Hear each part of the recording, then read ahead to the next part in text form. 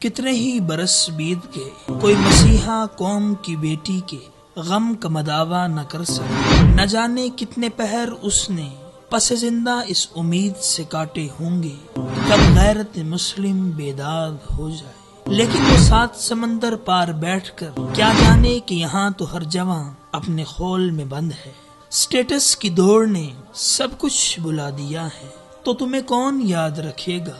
گزشتہ عشرے میں بجھتے دیے میں روشنی کی کچھ رمق نظر آئی، مگر وہ تو کسی خواب کی طرح قصہ ماضی بن گئی۔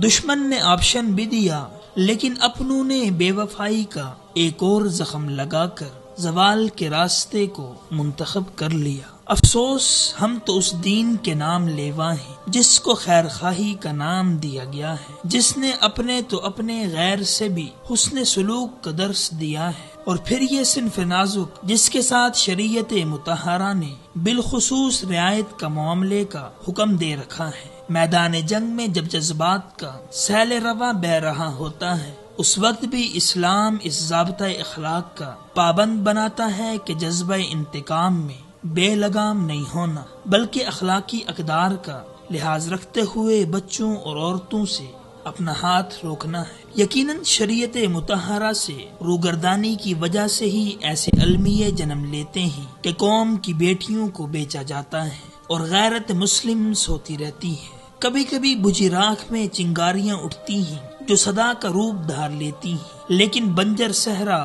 بہت طویل ہے جو کسی فلک شگاف نعرے کو اپنے مہیب سناٹوں میں گم کر دیتا ہے۔ پھر کبھی صرف حاکم وقت کو کوسا جاتا ہے، حالانکہ دین متی نے تو یہ بھی سمجھا دیا ہے کہ تمہارے اعمال ہی تمہارے حکمراں ہیں۔ یقیناً امت کا ہر فرد اپنے حصے کی خیانت کر رہا ہے، جبکہ باقی لوگوں سے خیر کی تمنائیں وابستہ کیے ہوئے ہیں۔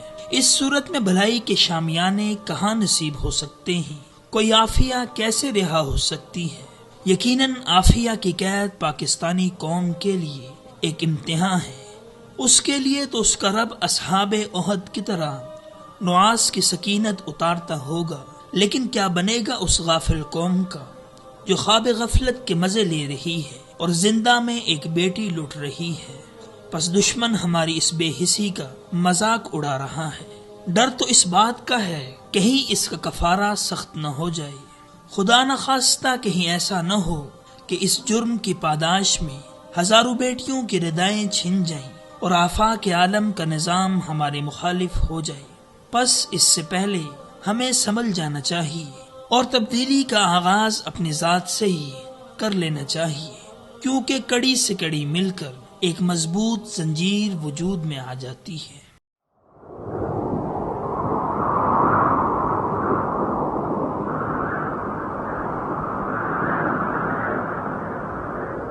اخوت و محبت کا علم بردار وصال اردو